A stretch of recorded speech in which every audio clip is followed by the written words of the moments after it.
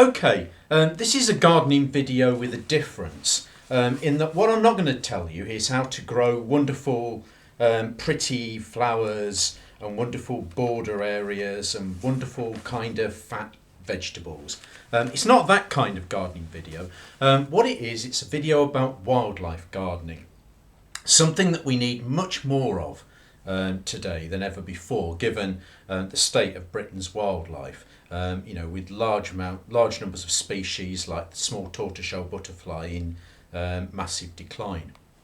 So, what do I mean by wildlife gardening? Well, this first picture you can see here is the sort of thing that a lot of people are doing with their back gardens now.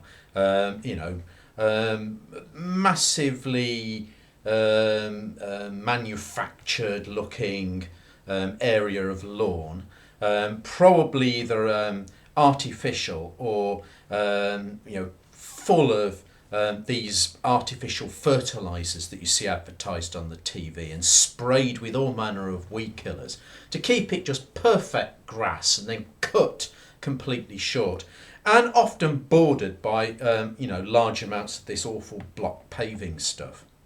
Now, this is what a lot of back gardens look like today. A lot of time, effort and money has been spent making them look like this, and of course they're appalling for wildlife. Not only does the use of herbicides and stuff get rid of loads of the wildflowers that wildlife needs, but there's nothing there. There's nothing for wildlife to live on, only grass, and the grass is kept short, so it's useless for caterpillars. It's an appalling garden for butterflies, and it's an appalling garden for wildlife in general. Even worse is what you can see here, which is becoming very common, which is basically just cover the whole thing in block paving. And usually it's done in order to facilitate the keeping of 2 or 3 vehicles on it. Big gas guzzling things, used to ferry 2 or 3 cosseted children around by the sort of parents that think that bringing up children means stick them in front of a computer all day and deny them the right to actually play out in a nice garden or find out about wildlife. But anyway, I digress. What should you do then? These are some pictures of what I've done with my garden. And as you can see with these first ones, what I've done is created a space for thistles to grow. Thistles are wonderful for wildlife, particularly for butterflies, because the flowers attract butterflies and bees like nothing else. And everyone should think of having a thistle patch. Of course, the pesticide industry and the gardening industry have conditioned lots of people probably watching this video to think that things like thistles and stinging nettles and dandelions are the root of all evil. They condition you to do that so they can sell you their products.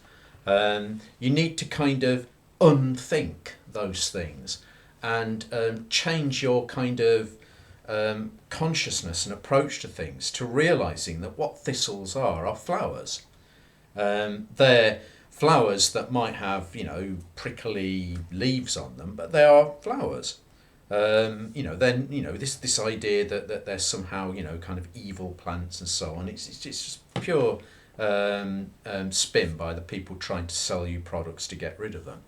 And encouraging thistles is a great way to encourage butterflies into your garden. How do you create a thistle patch? Thistles don't grow that easily on an area of lawn.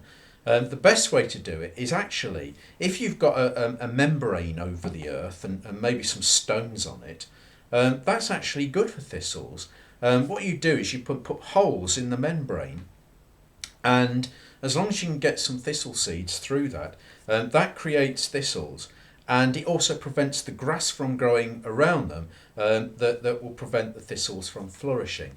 So actually, if you've got one of these kind of membranes and stones all over it, which people sometimes do to gardens to get rid of all the flora from it, you can actually turn that around and turn it into a really good thistle patch. And that's what I've done here on these pictures. And you can see I've got some herbs and things in pots as well around it, but it's a good way of creating a thistle patch. Another thing every garden should have nowadays is a nettle patch, a stinging nettle patch. The reason being that stinging nettles are vital for the caterpillars of small tortoiseshell, red admiral and peacock butterflies, all of which are in danger at the moment. And part of it is probably because so many people get rid of stinging nettles in their gardens. And stinging nettles also, when they're young, can be made into all kinds of things. You can make stinging nettle wine, for example. They can even be boiled and used as a vegetable. But the best thing about stinging nettles is they're brilliant for wildlife. Now, obviously, if you've got children, stinging nettles might not be the thing you'd want to emphasise. But there, obviously, you can just create, if you've got a big garden, create a little patch of them and fence it round. And anyway, part of being a child is learning not to wander through stinging nettles or you get stung. I would have thought that's how children learn these things. But of course, I'm well aware that today children, the slightest little sting from a stinging nettle and it's a massive crisis and all this. But wrapping kids in cotton wool and that sort of thing is the order of the day. But children need to realise that nature is nature is sometimes dangerous, and that you have to be careful with stinging nettles. But definitely stinging nettles are necessary in the garden. You can see also that what I don't do or would never do is use weed killers on the garden, because why use chemicals to kill flowers?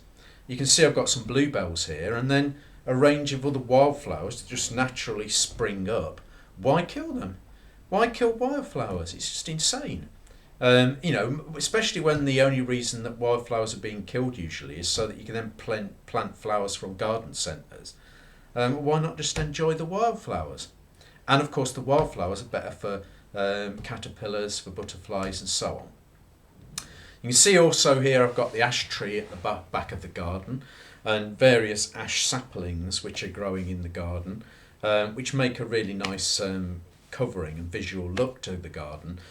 I don't know what's going to happen to these because of the ash tree disease that's going around, but at the moment there's no problem with any of these, but that is obviously a concern. What every garden has to have, I think nowadays, must have, is a pond.